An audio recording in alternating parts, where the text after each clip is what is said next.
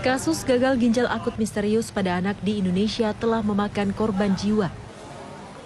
Provinsi Bali melaporkan sejak awal tahun 2022 sudah ada 17 anak menjalani perawatan akibat penyakit tersebut.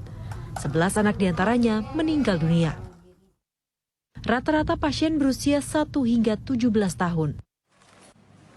Rumah sakit Prof. Ngurah menjadi salah satu tempat rujukan penyakit gagal ginjal akut misterius di Bali mengatakan, pasien yang tak tertolong rata-rata datang dalam kondisi parah dengan ginjal sudah tidak bekerja dengan baik.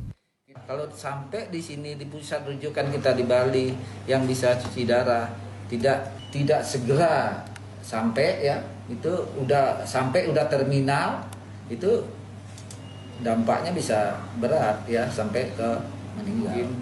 Ini memang kasusnya cukup banyak ya, termasuk di Indonesia, dan sebenarnya angka mortalitas, angka kematiannya juga cukup tinggi.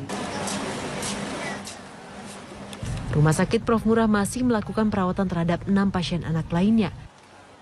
5 anak harus menjalani rawat jalan dengan prosedur cuci darah, sementara seorang pasien lainnya masih dalam perawatan intensif.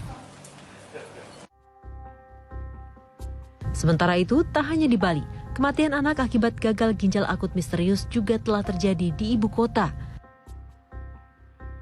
Sejak Januari hingga Oktober 2022, 42 anak mengalami gagal ginjal akut, 25 diantaranya meninggal dunia. Lonjakan jumlah anak yang terkena gagal ginjal akut misterius terjadi pada bulan Agustus sebanyak 11 kasus dan September 19 kasus.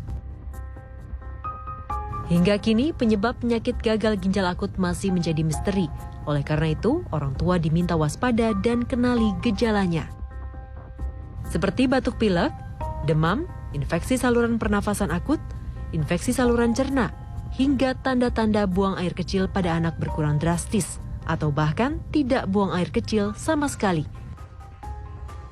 Jika sudah dalam kondisi seperti ini, maka ini pertanda adanya perburukan pada ginjal, sehingga harus segera ditangani dokter. Tim Liputan RTV.